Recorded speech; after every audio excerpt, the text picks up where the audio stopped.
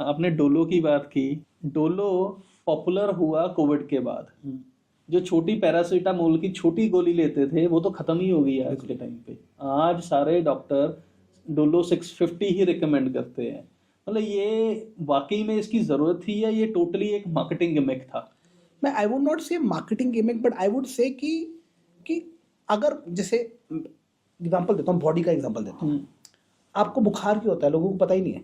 आपको बुखार क्यों होता है कि आपके बॉडी का टेम्परेचर क्यों बढ़ता है। जैसे कोई अटैक हुआ, बैक्टीरिया अटैक हुआ, तो बॉडी नेचुरली आपका टेम्परेचर बढ़ा देती है ताकि उसको बैक्टीरिया पे और अटैक ना कर पाए। तो इट इज अ बॉडी का अपना कोपिंग मैकेनिज्म। हाँ, कोपिंग मैकेनिज्म है। आप अगर आप 2-3 दिन बाद काफ़ी चीज़ें अपने आप ठीक हो जाती हैं। In fact there is a study, placebo effect होता है कि दवाई की जगह आप नॉर्मल प्लेन सॉल्ट कुछ ना डालो उसके अंदर, कुछ भी नहीं, स्टार्च है उसके अंदर, ठीक है, वो दवाई भी खा लो तो आप 60% ठीक हो जाओगे। हाँ, जो सीरियस दवाइयाँ हैं, जो सीरियस चीज़ें हैं, जैसे लाइक आप ऑन्कोलॉजी की आप बात कर रहे थे, या फिर कोई ऐसी चीज़ है किसी की इमरजेंसी में एक्सीडेंट हो गया, उसमें medicine will play a very important role, but बिना डॉक्टर की प्रिस्क्रिप्शन के मतलब, और इसका कॉज जरूर जाना चाहिए, डायग्नोसिस होना चाहिए कि यार एक्चुअली हुआ कैसे।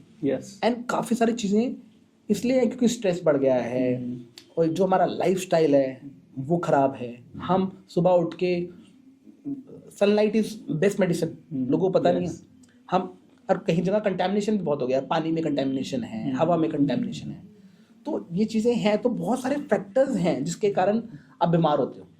तो वो फैक्टर्स भी सरकार को या फिर हम सबको, लाइक एज अ सरकार जो कर रही है, एनवायरनमेंट के लिए कर रही है, पानी के लिए कर रही है, सब कुछ अच्छा कर रही है, बट हम क्या कर रहे हैं? हम क्या हर रोज 15 मिनट 20 मिनट योगा, मेडिटेशन, अपनी बॉडी पे वर्कआउट कर सकते हैं? 15 मिनट, आधा घंटा, आई एम श्योर आपको 80% मेडिसिन आपकी छूट जाएंगी 1 साल के अंदर। और मैं खुद मेडिसिन की धंधे में, मैं खुद कह रहा हूँ कि मेडिसिन तब लो जब प्रिस्क्राइब्ड हो, और बिना मतलब के पॉपअप मत करो। बिल्कुल। और उसको कम कर दो, उसका डोज ये भी नहीं लेनी। काफ़ी लोग उल्टे भी हैं कि मैं तो मेडिसिन लूंगा नहीं जी, इसके तो साइड इफेक्ट होते हैं, बट फायदे ज़्यादा है। अगर आपको डॉक्टर ने बोला है आपको चाहिए तो चाहिए, but prevention is better than cure. तो प्रिवेंशन के लिए क्या कर रहे हो, वो बड़ा इंपॉर्टेंट है।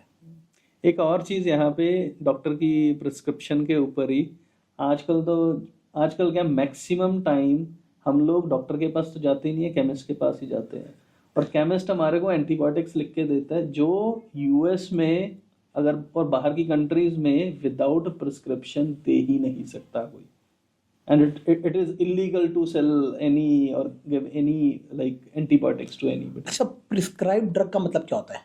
Prescription, it has to be prescribed by a practitioner. उस पे लिखा होता है, मेडिसिन पे लिखा हुआ है। जब मेडिसिन पे लिखा हुआ है, हम शॉर्टकट ढूंढते हैं, हमें लगता है 300 रुपये डॉक्टर को क्यों बचा लेते हैं। भाई ऐसे ही सोच नहीं। आप उसको, केमिस्ट को डिग्री होती है तो वो यहाँ थोड़ी बैठा होता शॉप पे। With all respect to chemist association, ये इनको नहीं पता है। ठीक है, 80% टाइम वो ठीक भी होते हैं, बट अगर वो 20% गलत हुए तो आपकी बॉडी में आप गलत चीज ले लोगे, कंज्यूम कर लोगे।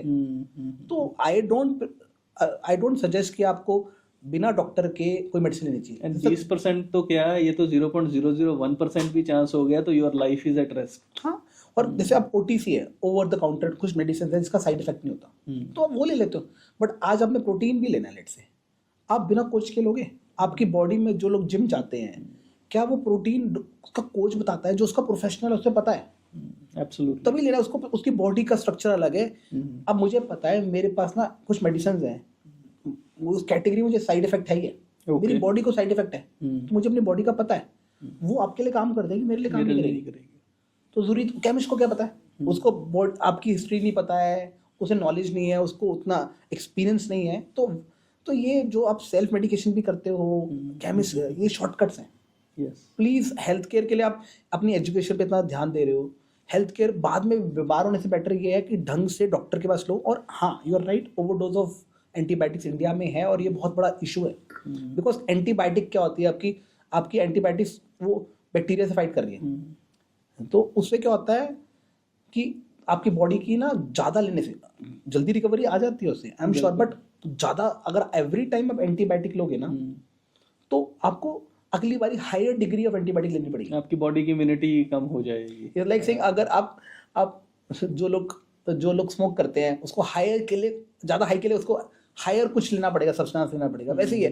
तो अगर बहुत ज़्यादा डोज में ले लोगे तो वो जो दवाई है वो काम करनी बंद कर देगी, वो एंटीबायोटिक, तो आपको हायर एंटीबायोटिक लेनी पड़ेगी। तो एंटीबायोटिक्स की जनरेशन आ गई, जनरेशन 1 2 3, क्यों? क्योंकि लोग ले ही जा रहे हैं, ले ही जा मेरे रहे को लग रहा है आपने एग्जाम्पल गलत दे दी है। स्मोकिंग जिसको हिट नहीं मिल रही है वो बड़ा ना लेने लग जाए इसके बाद। हैं। वो तो पर्सनल चॉइस है। आई थिंक लाइफ में ना हिट ना, I got my hit from spirituality. लोग कहते हैं you are high on life. मैं कहा I don't drink, I don't smoke, I am a vegetarian now. तो बिल्कुल, तो it is your personal choice, वो अपनी बट आपको आपकी बॉडी में सारे केमिकल्स हैं यस, जो आपको हाई कर सकते हैं। आपको कोई आउटसाइड सब्सटेंस नहीं चाहिए। नहीं चाहिए।